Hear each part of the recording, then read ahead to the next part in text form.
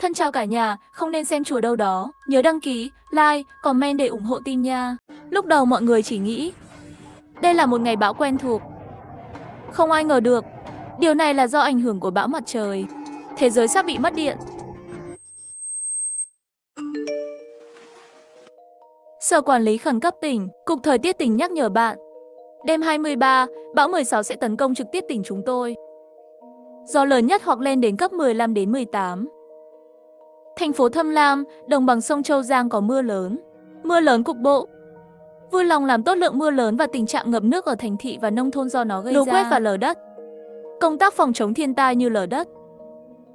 Trong thời gian này điện thoại luôn nhận được thông báo. Cho đến giờ, Hà Kiều nhận được không dưới 10 cái tin nhắn về cảnh báo bão. Từ 3 phòng của Cục Khí tượng tỉnh, Văn phòng Quản lý Khẩn cấp, thậm chí là phần mềm chưa biết đã từng đăng ký. Có vẻ siêu bão nhìn thấy trong 30 năm này không phải là cường điệu. Đúng vậy, nếu không nhà trường sẽ không hào phóng như vậy. Nghỉ 5 ngày liên tiếp. Nghe nói hầu hết các công ty ở thành phố cũng nghỉ phép rồi. Nhưng Hà Kiều nhìn sang lớp học. Bầu trời không mây bên ngoài cửa sổ. Một ngày xanh như vậy, không giống siêu bão chút nào. Sắp tới, Hà Kiều nhận được tin nhắn từ mẹ anh ấy. Con trai, bão vào ban đêm có thể ngừng nước. Đi cùng chị gái đến trung tâm mua sắm mua chút đồ dự phòng. Ngoài ra, hãy mở bể chứa nước khi con về nhà. Bể nước cũng đây. Được rồi, thời tiết bão rất phổ biến ở thành phố. Cho nên hầu hết cũng không có gì lạ. Chỉ là lần này bão tương đối lớn. Không đáng tin cậy, người ta nói có nguy cơ gây ra lốc xoáy. Đặc biệt chú trọng trong tỉnh. Mặc dù trường học nói nghỉ phép, nhưng phải sau giờ học tự học này mới có thể về nhà. Rõ ràng cảm giác đã ngủ lâu rồi. Tỉnh lại phát hiện vẫn chưa tan học. Vừa vặn bị bên cạnh nhàn rỗi Lưu Tiểu Mập nhìn thấy. Hà Kiều, nói nhanh đi.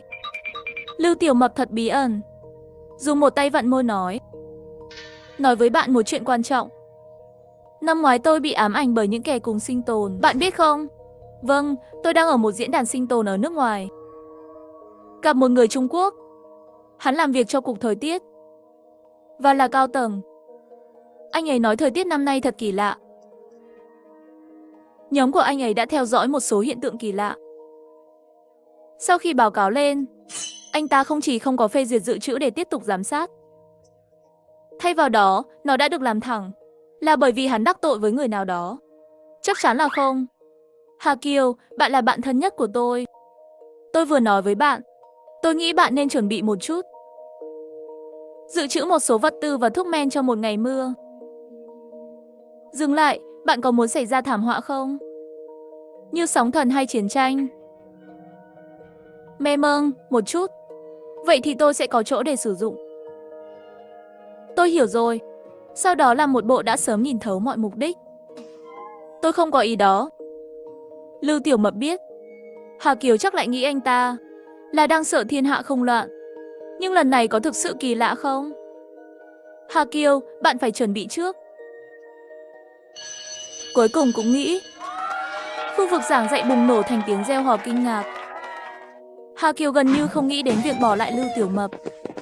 Theo đám đông ra khỏi lớp học. Lưu Tiểu Mập ở phía sau hét lên. Hà Kiều, đừng quên tôi đã nói. Nhưng không muốn để ý đến anh ta, giả vờ như không nghe thấy, tự đi rồi. Lưu Tiểu Mập đành phải buồn bã bĩu môi. Nghĩ đến đống đồ dùng trong nhà. Là anh ta tiêu hết số tiền tiết kiệm được gần 3 năm, tiền mua về. Nếu như bị bố hắn biết, một trận đòn đều không thể thiếu. Bởi vì tất cả các trường học và công ty đều nghỉ phép. Trên đường phố có nhiều người và xe hơi hơn, tạo ra một màu nhất định. Thật không dễ dàng đến rồi. Hẹn gặp chị gái ở cổng trung tâm mua sắm. Chúng ta sẽ đến trung tâm mua sắm, mua thức ăn và nước uống trong cơn bão. Người trong cửa hàng cũng có thêm một sản phẩm. Hà Kiều chỉ muốn nhanh chóng mua xong đồ về nhà chơi game. Không có tâm trạng để ý những thứ xung quanh. Vì vậy, không nhận thấy người dân ở lối vào tàu điện ngầm ven đường trông rất căng thẳng, hình dáng muốn sơ tán ra ngoài. Tôi cũng không nhận thấy có một chiếc máy bay ngân hàng trên bầu trời. Để lại một chiếc ghế dài màu trắng. Về cơ bản đã mua xong rồi, chẳng có gì quan trọng cả. Chỉ là đồ dùng hàng ngày thiếu ở nhà thôi, một số đồ ăn nhẹ, mì ăn liền hay gì đó. Có rất nhiều người ở trung tâm mua sắm, người xếp hàng thanh toán càng nhiều. Hơn nữa mọi người mua cũng rất nhiều. Hà Kiều đành phải đẩy xe, thành thật xếp hàng ở quầy thu ngân. Lúc này, nhạc nền của trung tâm mua sắm đang phát một bài hát. Nhưng âm nhạc thì lớn và nhỏ, và với âm thanh của lòng tự trọng. Âm thanh này dường như bị nhiễu loạn. Khi âm thanh ngày càng lớn, nếu không cả đời hắn lại là một tia lửa. Giống như các bị hỏng. Những người xếp hàng xung quanh thường xuyên nhìn lên. Chuyện gì vậy? Dòng điện có bị ngắn mạch không? Tôi không biết. Nghe nói bão gây ra sự cố lưới điện. Tàu điện ngầm đã ngừng hoạt động. Tàu điện ngầm ngừng hoạt động. Chuyện xảy ra khi nào? Chuyện này ngay cả Hà Kiều cũng chưa từng nghe tới. Có vẻ như khi anh ta vừa đi qua cửa tàu điện ngầm, có rất nhiều người đi tàu điện ngầm. Các bạn không biết sao? Có một chiếc tàu điện ngầm trên tuyến số 5 đột nhiên bị hỏng. Rất nhiều người bị thương. Vừa rồi trên đường đi qua đều là âm thanh 120. Rõ ràng là bị tin tức đột nhiên xuất hiện này gây sốc. Còn có người lập tức lấy điện thoại ra, liên hệ với bạn bè của bạn, hỏi về tính xác thực của sự kiện. Hà Kiều cũng lấy điện thoại ra xem nhóm lớp. Quả nhiên trong nhóm lớp, đã có người thảo luận về tuyến tàu điện ngầm số 5. Tin tức đột ngột bị hỏng. Chỉ là hắn vẫn không nhìn điện thoại mà không biết. Lật vòng tròn bạn bè, còn có người chụp ảnh dân, hình ảnh máy bay rơi. Còn có người phóng đại nói, bên trong có bao nhiêu người chết. Đương nhiên đây đều là suy đoán. Hiện tại không nhận được bất kỳ tin tức nào. Lạ thật, loại tin tức thực tế này không phải cập nhật rất nhanh sao? Không nhận được tin tức đầy. Bây giờ mạng lưới này sao lại bị kẹt như vậy? Không phải giả đâu. Không có tin tức, có lẽ không phóng đại như vậy. Hôm nay giao thông khá hỗn loạn, có lẽ chỉ là tai nạn thôi. Tàu điện ngầm bị hỏng, tôi chưa từng gặp. Hà Kiều tương đối đồng ý với lời nói của người này. Tin tức trên mạng quá dễ dàng để truyền từ ngỗng sang ngỗng. Trước khi nhận được thông tin chính thức, đừng đoán mò. Đi rồi, Hà Kiều đẩy cùng Hà Văn Tĩnh. Hai người tiến vào. Khi bạn quay lại không thấy sao? Không, bình thường khi tôi quay lại. Đó là tắc đường bình thường. Đó có thể là thuyền ngỗng. Gật đầu với Văn Tĩnh. Hà Kiều mới đến từ gần ga tàu điện ngầm không lâu. Cũng không thấy. Rất có thể thông tin đã bị phóng đại. Không còn tham gia vào suy đoán của những người này nữa. Nhạc nền của trung tâm mua sắm không biết khi nào dừng lại. Nên yên tĩnh nổi bật hơn. Những người này phóng đại sự tốt đẹp của anh ta. Nếu không, dây cáp trên trần nhà trên đỉnh đầu bắt đầu dày đặc. Tia lửa vàng rơi như khói. Sau đó đột nhiên lại nhớ đến một người khổng lồ phát nổ, bắn vào nhau với sức mạnh sắc bén. Trong nháy mắt lại bị đám đông tức giận hét lên át đi. Trong khi đó, một thứ máu thịt vô danh bước qua trần nhà và bay đến đây, đúng lúc rơi xuống trước cầu sông. Một cục máu me, dường như vẫn đang nhúc nhích. Tiền đặt cọc xem, một bức tường bị nổ tung, mùi máu nồng nặc đến lỗ mũi. Những người xung quanh sợ hãi tránh xa, bởi vì cánh tay bị gãy cách đây quá gần. Vừa rồi có người chạy trốn, mê mông, bây giờ không còn ai ở phía trước Hà Kiều nữa. Được rồi, quên đi. Chúng ta nhanh chóng thanh toán hóa đơn về nhà đi. Nhân viên thu ngân là một cô gái trẻ, rõ ràng chưa từng thấy cảnh tượng kinh khủng và đẫm máu như vậy. Hắn cũng bị dọa đến sắc mặt trắng bệch, nhìn sợ hãi. Nhận tiền rồi, Hà Kiều nhắc nhở nhân viên thu ngân. Lúc này hắn mới bình tĩnh lại. Xin lỗi. Nhân viên thu ngân không thể nhìn thấy chúa. Sau khi xin lỗi Hà Kiều, tay chân bối rối bắt đầu quét mã. Lúc này Hà Văn Tĩnh vẻ mặt sợ hãi dựa vào. Chúng ta có muốn mua thêm đồ không? Tôi luôn cảm thấy hơi kỳ lạ. Đại tiểu thư của tôi, hồi nhỏ ai chuyên viết tiểu thuyết kinh dị để làm tôi sợ. Bạn sợ? Nếu như cơn bão này rất nghiêm trọng thì sao? Dù sao, tôi chỉ cảm thấy sẽ có chuyện xấu xảy ra. Lúc này Hà Kiều chỉ muốn nhanh chóng mua xong, về nhà chơi game đi. Nơi nào còn muốn đi dạo, còn phải xếp hàng lại. Không mua thì phải mua, bạn tự đi mua. Hà Kiều từ chối không chút do dự. Thấy Hà Kiều không đồng ý, Hà Văn Tĩnh cũng không quen với hắn, đẩy giỏ hàng lại vào siêu thị. Lý do Hà Văn Tĩnh đề nghị mua thêm một số thứ là vì hắn lo lắng vụ tai nạn tàu điện ngầm và máy bay là có thật. Thêm vào đó, nó xảy ra trong trung tâm mua sắm. Một chuyện kinh khủng như vậy, hắn muốn chuẩn bị. Đối với Hà Kiều, mua bao nhiêu cũng là ăn. Hà Văn Tĩnh không thích là hắn. Hà Văn Tĩnh không ăn hết cũng là của hắn. Những gì Hà Văn Tĩnh chẳng ăn cũng là của anh ta. Hắn là một thằng khốn. Hắn có thể có ý kiến gì, cho nên họ lại lấy rất nhiều mì ăn liền, bánh mì, sô-cô-la hay gì đó. 13, 25 và điện thoại di động ở đầu cầu lắc không ngừng. Mở ra xem, là tin nhắn riêng của Lưu Tiểu Mập. Hà Kiều xảy ra chuyện rồi. Có chuyện rồi. Không bao giờ nói dối bạn. Tàu điện ngầm tuyến số 5 bị hỏng. Xe chật bánh. Rất nhiều người chết. Bây giờ bên ngoài đang nói chuyện khắp nơi. Vụ tai nạn chuyến bay Thâm Lam Siêu Trí En Bồn Xá U Trí En. Hiện chưa biết thương vong. Còn một điều nữa tôi chưa nói với bạn trước đây. Năm ngoái tôi thi vô tuyến nghiệp dư. Gặp gỡ một số người đam mê radio nghiệp dư. Họ nói với tôi từ tháng 2 năm nay, tất cả các tần số vô tuyến nghiệp dư đều bị cấm. Mặc dù chính thức đưa ra lý do hợp lý, nhưng từ những gì xảy ra hôm nay, những điều tế nhị này cộng lại với nhau, hoàn toàn không bình thường. Nếu bạn tin tôi, ít nhất hãy dự trữ những vật dụng hữu ích. Thực phẩm, dạ dày, thuốc cảm lạnh, kháng sinh, đặc biệt là vitamin. Ngoài ra còn có nước. Đài phát thanh nghiệp dư là gì? Hà Kiều thì thầm. Hắn nghe thấy hai chữ nghiệp dư. Cũng có thể hiểu ý nghĩa, nhưng cùng nhau có nghĩa là... Hà Kiều hỏi gửi tin nhắn cho Tiểu Mập, nhưng tin nhắn gửi qua vẫn chưa được trả lời. Mượn Tiểu Mập chậm trễ không trả lời tin nhắn. Hà Kiều trong lòng lăn lộn. Lời của Lưu Tiểu Mập này đáng tin rồi.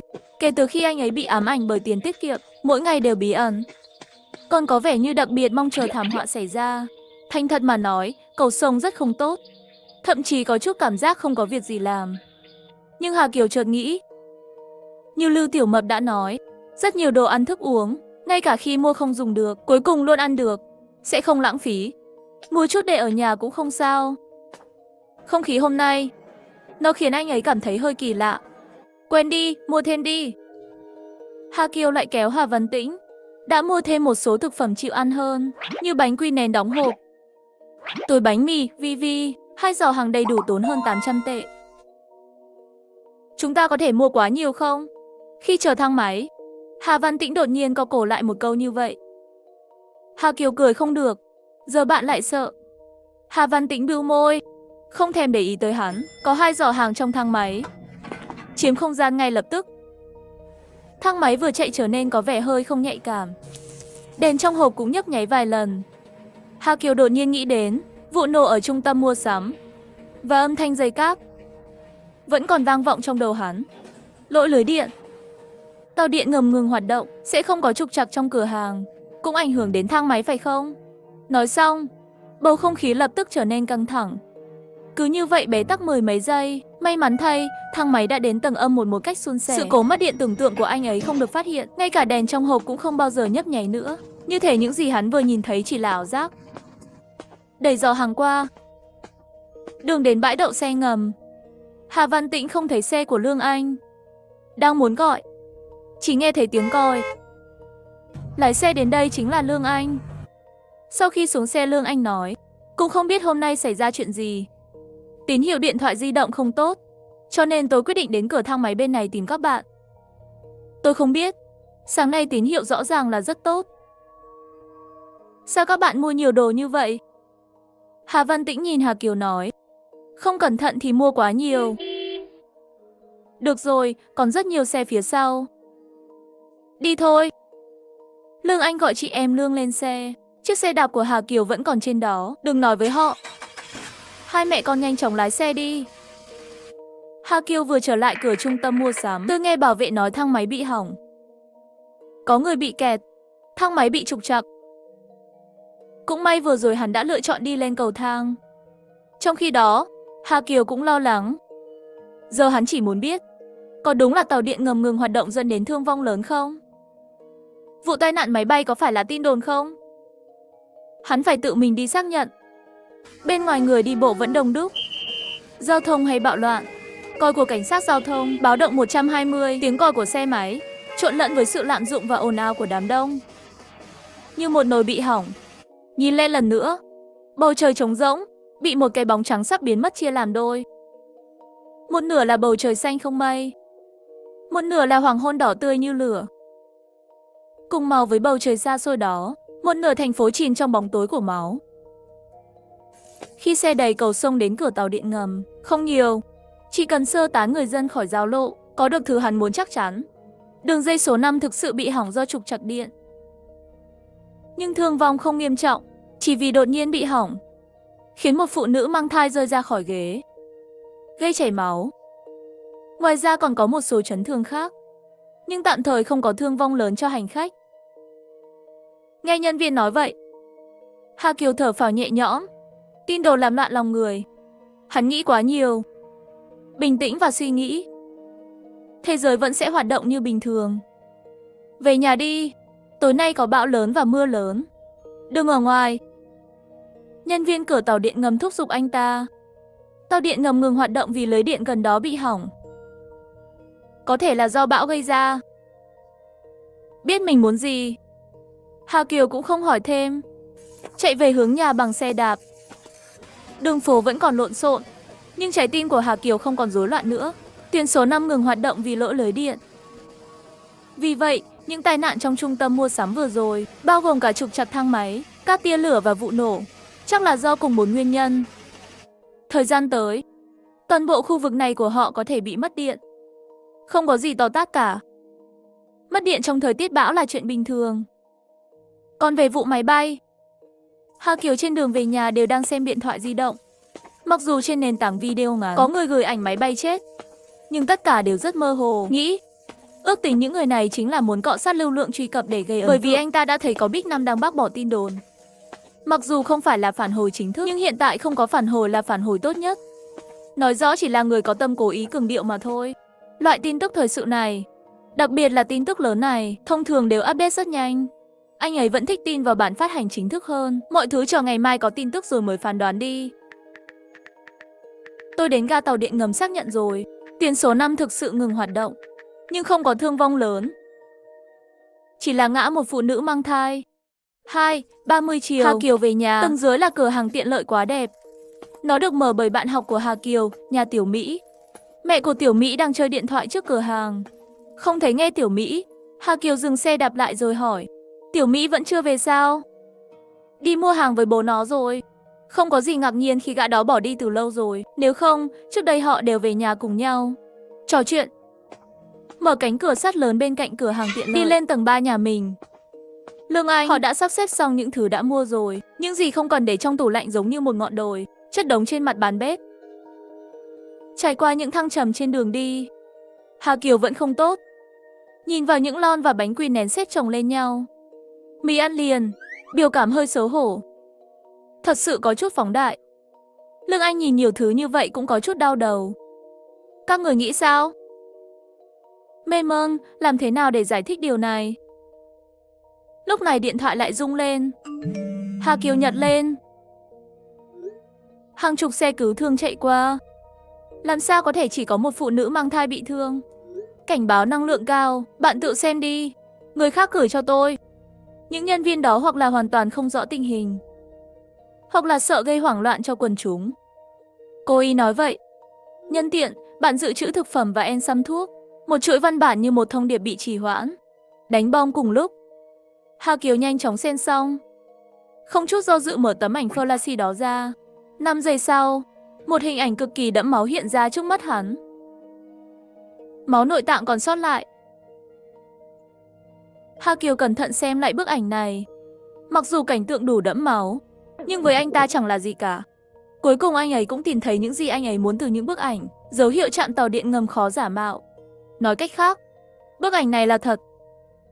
Thay vì cố tình lấy từ Internet, tìm hình ảnh giả tạo để tạo tin đồn, Hà Kiều quá quen thuộc với ga tàu điện ngầm ở khu vực này. Vì vậy, cái nhìn đầu tiên khi nhìn thấy bức ảnh này, hình ảnh này là thật. Nhưng nếu nó là thật thì sao?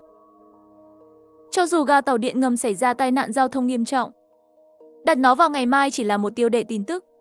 Chưa đầy một tuần nữa sẽ được đưa tin về tin tức giải trí mới. Chưa đầy một tháng sẽ bị Internet hoàn toàn lãng quên. Mọi người có quan tâm đến những người chết thảm hại không? Xem ra là thật.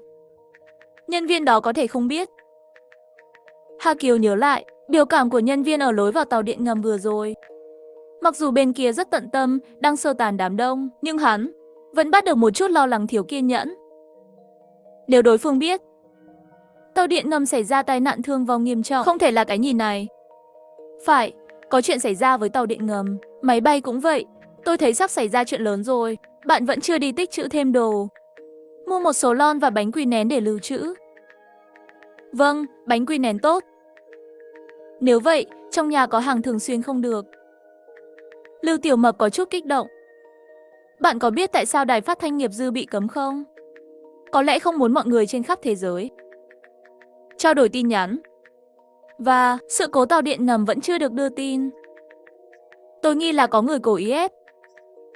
Dù sao, điều này là có rất nhiều điều kỳ lạ. Hà Kiều, nghe lời tôi đi. Bây giờ tôi nhìn giao thông ngoài cửa sổ đều cảm thấy hoảng sợ. Tôi có cảm giác chuyện lớn sẽ xảy ra. Linh cảm của bạn không chính xác. Tôi nghiêm túc đấy. Trong vòng kết nối của chúng tôi có phân tích sinh tồn cuồng. Sau sự cố mất điện ở châu Âu năm ngoái, nền kinh tế của họ đã thụt lùi hơn 30 năm. Nếu không phải vì chính sách tốt của chúng tôi trong năm nay, có lẽ cả châu Á sẽ bị cuốn vào cuộc khủng hoảng tài chính. Những đứa cháu ở châu Âu, bạn cũng biết đấy. Có lẽ để chuyển hướng mâu thuẫn sẽ xảy ra chiến tranh. Đến lúc đó thành phố ven biển của chúng ta sẽ là thành phố đầu tiên bị ảnh hưởng. Và dự đoán của Seeker, bạn biết không? 6 trong số 9 lời tiên tri của ông đã được ứng nghiệm. Dự đoán tiếp theo là nhiều người sẽ chết trong năm nay. Người đàn ông Seeker này, Hà Kiều, thực sự đã nghe nói mạng rất thần. Tuyên bố từ tương lai thế giới xuyên qua tới. Chính xác là từ năm 2085. Lần đầu xuất hiện là vào năm 2018. Trên diễn đàn Anh, tôi đến từ địa ngục. Ở tầng 1, hắn nói hắn đến từ địa ngục. Ông đến đây vào năm 2085. Không phải để cứu nhân loại trong quá khứ, cũng không phải vì con người tương lai đã phát minh ra cỗ máy thời gian. Nhưng anh ta đã tạo ra một số loại đột biến. Tinh thần của anh ấy có thể trùng lập thời gian ở một mức độ nào đó. Nói chuyện với người trong quá khứ. Và rồi ông ta đưa ra lời tiên tri đầu tiên, thời gian vào năm 2020. Nội dung là năm nay tự nhiên tạo ra một loại vũ khí vô phân biệt giết chết rất nhiều người. Địa ngục bắt đầu từ thời đại mới này. Tiếp theo tôi sẽ từ từ hướng dẫn các bạn, tiết lộ cuộc sống tương lai của bạn. Sau khi đăng bài này, hắn không bao giờ xuất hiện nữa, bởi vì những lời tiên tri như thế này tự xưng là đến từ tương lai. Thật sự là quá nhiều. Huống chi là loại thứ hai và cuối lông mày này. Bài này, con trai coi đó là điều hiển nhiên mà không thu hút quá nhiều sự chú ý. Chuyện sau này mọi người đều biết rồi. Lần xuất hiện thứ hai của ông là vào năm 2022. Sau khi nói chuyện, Tiểu Mập một mình lên mái nhà, nhìn ra giao thông, bên trong rất lo lắng. Ngay lúc này, một chiếc xe bị đâm, đánh gục người ta. Tiểu Mập nhìn kỹ xem, đó là một chiếc xe có thẻ xanh, chính xác là một chiếc xe điện. Đột nhiên Tiểu Mập đáng sợ, nhanh chóng gọi cho cầu sông. Hà Kiều, bên này tôi bị tai nạn ở tầng dưới. Dự đoán của hắn rất có thể là sự thật. Sao dưới lầu xảy ra tai nạn xe cộ? Bạn chắc chắn lời tiên tri là thật sao? Tai nạn xe hơi xảy ra hàng ngày trên thế giới. Bạn không thể nói tất cả đều tương ứng với lời tiên tri phải không? Không, đây là một chiếc xe điện. Nhớ lại lời tiên tri nói, thiệt hại điện từ do bão mặt trời. Xe điện chắc là bị ảnh hưởng rồi. Tình cảm, đây hoàn toàn là suy đoán cá nhân. Đi ngủ đi. Tôi đến Hà Kiều. Tôi thực sự có linh cảm rất mạnh mẽ. Làm ơn, tôi không đoán đâu. Tôi thừa nhận đôi khi tôi có chút không đứng đắn. Nhưng lần này là thật. Hơn nữa còn có, hôm nay tôi liên tục trèo tường mà không thành công. Điều này cũng rất lạ. Làm ơn, chỉ cần tin tôi một lần, được không? Cũng không cần mua đồ khác nữa. Chỉ cần đi mua một chút thuốc là được rồi. Nếu có chuyện gì xảy ra thì sao? Nói đi. Tiểu Mập có chút tức giận. Lão Hà, bạn cứ tin tôi lần này đi. Nếu tôi không xem, bạn là người anh em tốt nhất của tôi. Tôi tốn nhiều công sức thế. Giải thích cho bạn một con ma làm gì? Nói xong Tiểu Mập cúp điện thoại, để lại tiêu đề bị mù. Chúng ta tự nhiên có thể hiểu được sự tức giận của Tiểu Mập. Vì danh dự, luôn nhắc nhở Hà Kiều nên chuẩn bị đủ loại vật tư và cách đối phó. Nhưng Hà Kiều luôn không tin tưởng Tiểu Mập, tìm cách chứng minh sai lầm của đối phương để bác bỏ. Đối với chúng tôi, nhân vật chính là một thứ vớ vẩn, không có phán đoán của riêng bạn khi đối mặt với vấn đề, đến nỗi một số bạn nhỏ tràn ngấy sự ngu ngốc. Nhưng cuốn tiểu thuyết này không phải là sướng văn, so sánh logic của mô tả có xu hướng thực tế và nghiêm ngặt. Xin mời các vị khán giả đưa nhiều hơn vào góc nhìn của Hà Kiều. Có lẽ mọi thứ lại hợp lý hơn. Nhìn thấy thái độ cứng rắn của Tiểu Mập, Hà Kiều có chút lung lay. Nhắn tin hỏi Tiểu Mập, vậy phải mua bao nhiêu thuốc? Chỉ thấy Tiểu Mập trả lời ngắn gọn mấy chữ, đủ cho 1 năm, và rút tiền mặt. Thấy cái này, muốn thời hạn sử dụng đều rất dài. Chỉ cần giữ đúng cách, 2-3 năm cũng không sao. Hơn nữa Tiểu Mập nói lấy tiền mặt cũng nhắc nhở hắn. Thời đại tiền mặt điện tử, nếu khu vực này sẽ dừng lại tiếp theo, điện một thời gian, một số tiền mặt là cần thiết. Lương Anh lấy được thẻ ngân hàng. Hà Kiều nhanh chóng đến máy giao dịch viên ngân hàng gần đó để rút tiền. Có rất nhiều người rút tiền, dẫn đến anh ta xếp hàng rất lâu mới lấy được. Giới hạn tối đa hàng ngày trên máy rút tiền chỉ là 20.000 nhân dân tệ. Hà Kiều lấy 20.000. Trước khi lấy xong, anh ta lại đến hiệu thuốc lớn gần nhất để mua thuốc. Trên đường phố nghỉ lễ vẫn rất khó khăn. Trời cũng đã dần dần tối xuống. Không có nhiều người ở hiệu thuốc. Hà Kiều đã đến rồi. Cũng sẽ không như Lưu Tiểu Mập nói, thật sự chỉ mua thuốc cảm và thuốc kháng sinh. Mặc dù anh ta cảm thấy Lưu Tiểu Mập vô lý, nhưng lời nói của đối phương đều nói đến chuyện chia tay đó, sao cũng phải coi trọng chuyện này một chút. Vào cửa hàng nói với nhân viên bán hàng thuốc cảm. Thuốc kháng sinh, vitamin bạn xem lấy đi. Nghe Hà Kiều nói vậy, nhân viên bán hàng nghi ngờ nhìn Cầu Sông, hắn không phải là một thằng ngốc chứ. Mua sắm hiệu thuốc như siêu thị. Nghi ngờ là nghi ngờ, nhưng vẫn nhanh chóng đóng gói thuốc. Sau đó Hà Kiều nhìn điện thoại rồi nói lấy thêm chút Anaphor nữa. Mặt nạ tăm bông, băng, thuốc kháng sinh lấy thêm mấy loại. Kẻ thù kỳ lạ của nhân viên hiệu thuốc, Hà Kiều đang gõ vào màn hình điện thoại di động. Sao vậy? Thế giới sắp kết thúc rồi. Một cái hai cái đều tích trữ thuốc đến rồi. Hà Kiều bỗng nhiên ngẩng đầu lên. 1, 2, rất nhiều người tích trữ thuốc. Cũng không nhiều. Dù sao cũng gặp được mấy người như bạn. Bây giờ phương pháp bán hàng của hiệu thuốc, như vậy có theo kịp thời đại không? Nhân viên hiệu thuốc rõ ràng không phản ứng. Hà Kiều đang nói gì vậy? Lúc này tin nhắn của Lưu Tiểu Mập gửi đến đây. Được rồi, thế thôi. Bạn xem mua đi. Nhưng ngoại trừ tin nhắn bị lộn xộn giữa chừng đó, Hà Kiều căn bản không nhận được tin nhắn nào khác nữa. Tín hiệu điện thoại của bạn không tốt, hay là điện thoại của tôi có vấn đề? Tôi không nhận được tin nhắn. Thông tin phía trước của bạn là lộn xộn. Nói xong với Lưu Tiểu Mập, Hà Kiều nói nhân viên hiệu thuốc, những người đó mua những gì? Cho tôi một phần đi. Mắt của nhân viên hiệu thuốc sáng lên. Được. Hà Kiều đột nhiên cảm thấy như mình lại bị hố. Có thể là một phương pháp bán hàng mới. Tổng cộng 1.388 đồng. Nhận số chẵn. Nghe thấy số tiền này, Hà Kiều trực tiếp ngơ ngác.